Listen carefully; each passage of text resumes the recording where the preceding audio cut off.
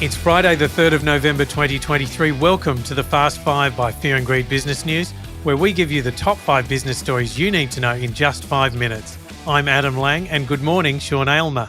Good morning, Adam. Story number 1, Sean. Brookfield and EIG partners have upped their bid for Origin Energy to $9.53 a share, pushing the total value close to $20 billion and declaring the bid final. And what did the share price do? It fell 2% immediately to around $8.89 and then just kept falling. In fact, it was down 6% by the end of the day to $8.47. So why would the share price fall when the bidder, which already has the competition regulators okay and the board's okay, ups its offer? The answer, because investors aren't sure the offer's enough to convince shareholders to agree to the bid. Major shareholder AusSuper, which owns 13% of Origin, has already knocked it back, saying it isn't enough to back the bid.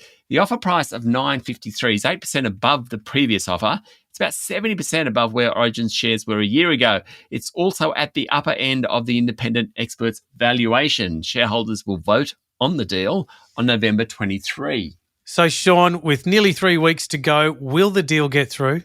It will be a close call. It's unclear if the bidders will get 75% of the votes. Yesterday, AusSuper said the offer remains substantially below its estimate of Origin's long-term value. AusSuper believes Origin has highly strategic assets to participate and benefit from the energy transition.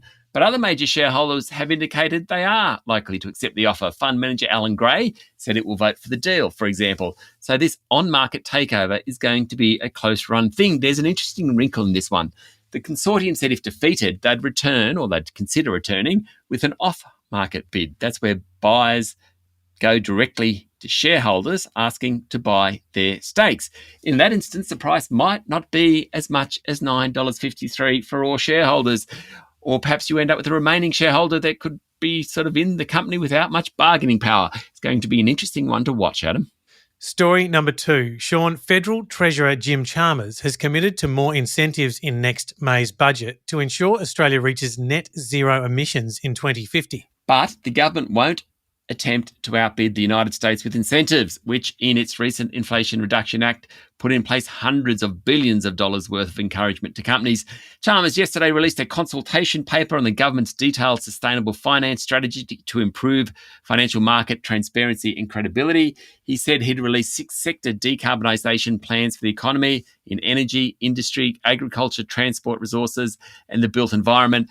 He wants to map out an efficient and transformative path to net zero. We all want that.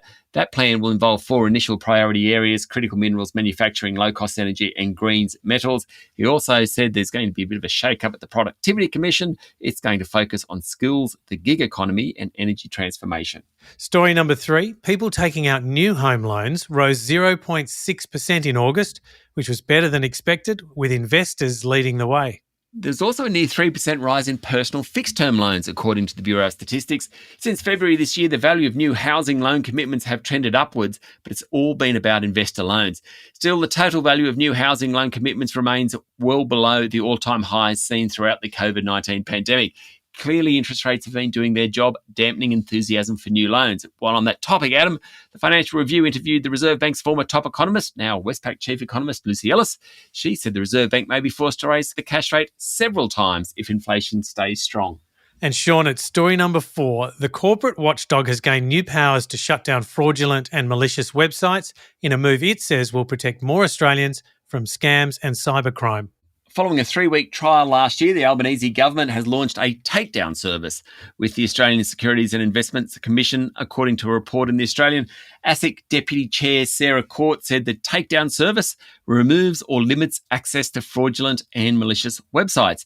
Now, since July, ASIC's disrupted scam activity, shutting down more than 2,100 investment scam and phishing websites.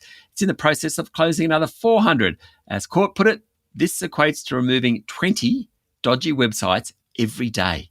And story number 5, Sean, the Zoom wave, when for some unknown reason you wave at the end of a Zoom, Teams or other virtual meeting, is in decline, but still more than half of us like to wave when signing off. Slightly ashamedly, I'm a Zoom waver, definitely. I hadn't really thought about it until this story came up. If one person waves, often the rest follow suit. Experts in human behaviour and communication have argued the Zoom wave emerged due to our need to recreate social connections when COVID hit. Maybe it's just a way to signal the meeting's over, or maybe people are being polite. Anyway, a survey by a professional network Fishbowl found that 55% of workers wave. It's down a bit from last year, well lower than the 75% in peak COVID. Behaviouralists said motor resonance is a key reason for people waving.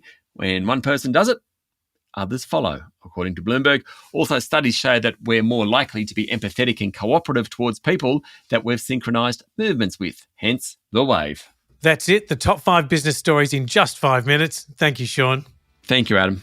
It's Friday, the 3rd of November 2023. Remember to hit follow on the podcast, and if 5 minutes isn't enough, then find our longer podcast called Fear and Greed Business News on your favourite podcast platform. I'm Adam Lang, and that was the Fast 5 by Fear and Greed Business News. We hope you have a great day.